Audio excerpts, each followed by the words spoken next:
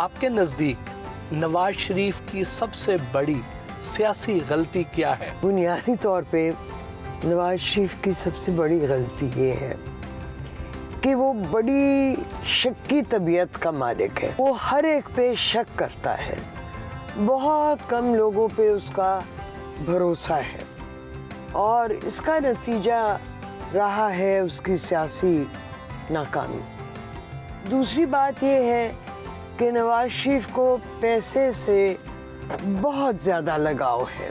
वो एक बार जब आपके हलके में आए तो यहाँ पे भी वो शुगर मिल लगाना चाहते थे। नवाज शरीफ आए तो एक जलसा हो रहा था, तो मैं साथ बैठी हुई थी। मुझे कहने लगे कि यहाँ तो बहुत अच्छा गन्ना लगा हुआ है, तो यहाँ कोई शुगर मिल है? मैंने कहा यहाँ शुगर मिल कोई 40 मील के फासले पे है। तो कहने लगा कि आप यहाँ शुगर मिल क्यों नहीं लगाती?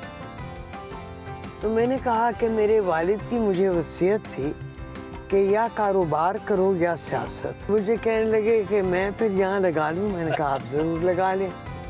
तो फिर उसने रमज़ान शुगर मिल लगा ली। आप मुस्लिम लीग नून के लिए थोड़ी हमदर्दी रखती हैं, तो क्या आप भी सिविल सुप्रीमेसी की हामी हैं? जी यकीनन मैं सिविल सुप्रीमेसी की हामी हूँ।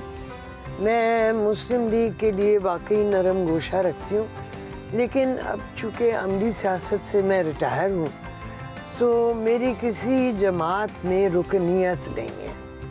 आप पर बिजली चोरी का मुकदमा भी बनवा दिया। जी हाँ, ये बात दुरुस्त है। और फिर इवेंचुअली उस बंदे ने मेरे से माफ़ी भी आन के मांगी, लेकिन उन्होंने नवाज शरीफ की काबीना से मुझे निकलवाने के लिए ये हरबा इस्तेमाल किया। क्या आप समझती हैं कि पाकिस्तान में कोई भी वज़ीर आज़म इस हद तक पावरफुल हो सकता है कि वो किसी जर्नैल को डिसमिस कर दे? जी हाँ, क्यों नहीं, क्यों नहीं। वज़ीर आज़म पाकिस्तान के बेपनाह इख्तियारात हैं और वो हर सरकारी तनख्वाह लेने वाले को डिसमिस कर सकते हैं। इसकी कोई मिसाल दे सकती हैं? मेरा अंदाज़ा है कि भुट्टो साहब ने 1-2 फौजियों को बर्खास्त किया था, मेरा अंदाज़ा है। ये मेरा फार्म जो है जी यहाँ से शुरू होता है। हाँ, क्या आप समझती हैं कि भुट्टो साहब को पाकिस्तान को एटमी कुव्वत बनाने की सज़ा दी गई? एक हद तक। बहरहाल ये वजह ज़रूर शामिल थी उन अवामिल में जिसके बायस उनको तख्तादार पर पहुंचाया गया। सो इसके ना बनने से हमें नुकसान है। इमरान खान को आप क्या मशवरा देना चाहेंगी? मैं उनसे कहना चाहूँगी कि वो बोले कम, इक्तिसादी कैफियत पे ज़्यादा तवज्जो दें और बैनुल अक़वामी अमूर अब उनके ठीक जा रहे हैं, उन पे अपना हाथ हौला रखें। बुनियादी तौर पे मईशत का कुछ करें। पंजाब में जो उस्मान बुज़दार साहब हैं वो कामयाब जा रहे हैं या नाकाम? उस्मान बुज़दार का कोई प्रोफाइल नहीं है और ना वो अपना प्रोफाइल कोई बना सके। आप तो वज़ीर आला पंजाब बनना चाहती थी, तो बन क्यों ना पाई? बस मुझे मौका ही नहीं हासिल हुआ।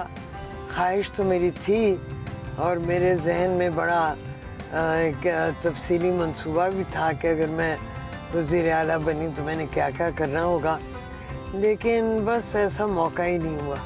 नून लीग में तो वज़ारत आला के उम्मीदवार ही बहुत ज़्यादा थे, तो क्या नवाज शरीफ आपकी इस ख्वाहिश से वाकिफ़ थे? नहीं, बुनियादी तौर पे नवाज शरीफ सिर्फ अपने भाई को ट्रस्ट करते थे और थोड़े वक्फे के लिए उन्होंने गुलाम हैदर वाइन को बनाया, लेकिन फिलवाक़या उस वक़्त भी वज़ीर आला शहबाज ही था।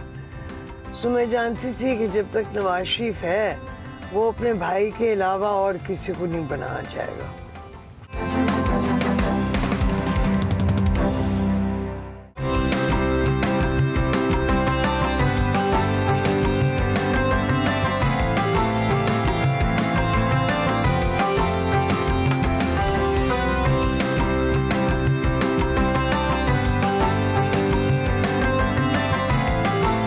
आला आला नस्ल के घोड़े पालने का शौक उन्हें विरासत में मिला है। हमें अपने ख़ास घोड़े दिखाने के लिए फॉर्म पर लेकर गईं।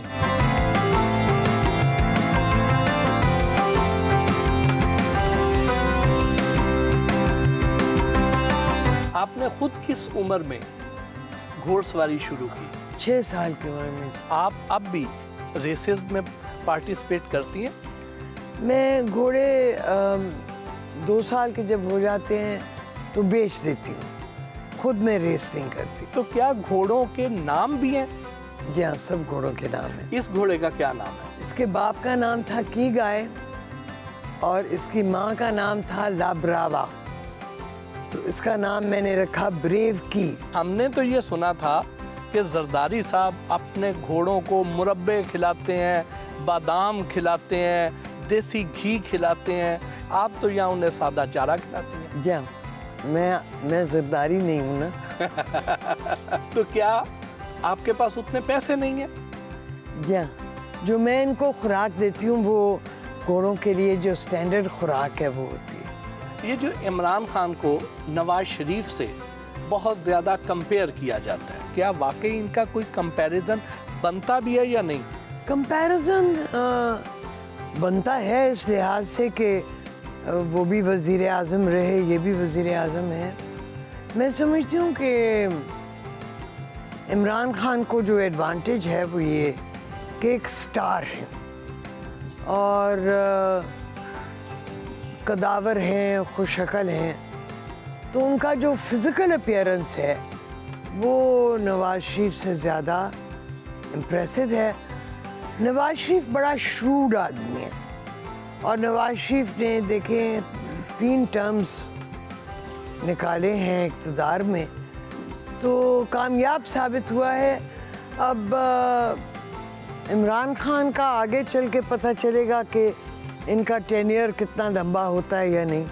आप पाकिस्तान की बहुत ज़्यादा स्टाइलिश और ग्रेसफुल खातून सियासतदान समझी जाती है, लेकिन आपको किसने सबसे ज़्यादा मुतासर किया? दुनिया में एक खातून थी, कैथरीन ग्रेहम उनका नाम था। वो वॉशिंगटन पोस्ट की मालिक थी और उन्होंने मुझे सबसे ज़्यादा मुतासर किया। अभी भी आप बहुत ही सोबर और ग्रेसफुल हैं, लेकिन जवानी में इतनी खूबसूरत थी कि सदर अयूब ने अपने बेटे का रिश्ता आपके लिए मांगा था। जी हाँ। तो इनकार क्यों किया? हमारा सादात का घराना है और मेरे वालिद सादात से बाहर मेरे रिश्ते के लिए सोचने के लिए तैयार न थे। तो नूरजहां को आपने इनकार क्यों किया?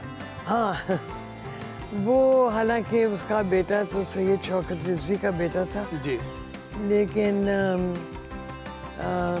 बस वो कोई हमारे जैसे लोगों में उन लोगों का कोई सेटिंग ना हो पाती। वो जब रिश्ता लेकर आई थी वो वाकया क्या था? बस वो आई, उन्होंने बात की तो मेरे वालिद ने कहा कि आप गाना सुनाओ, तो उसने कहा कि पहले आप हाँ करो फिर मैं गाना सुनाऊं। क्या इन रिश्तों को इनकार की वजह फ़ख्र इमाम साहब से आपकी को पसंदीदगी थी? इनकार मैं तो नहीं थी करती, वो तो मेरे वालिदैन का काम था। वैसे फ़ख्र इमाम के बारे में उन्होंने भी सोच रखा था और मुझे भी वो अच्छे लगे थे। आपकी और फ़ख्र इमाम साहब की जो सोच है, उनका मिजाज है, उसमें खासा फ़र्क है, लेकिन उसके बावजूद इतनी लंबी और कामयाब ज़िंदगी का राज क्या है? जहाँ हमें 50 साल से ज़्यादा इकट्ठे हुए हो गए हैं। असल में सोच हमारी मुख्तलिफ नहीं, हमारी वैसे मिजाज मुख्तलिफ, लेकिन हमारी कदरें मुश्तरक थी। तो जहाँ कदरें मुश्तरक हों वहाँ पे फिर निभाव हो जाता है।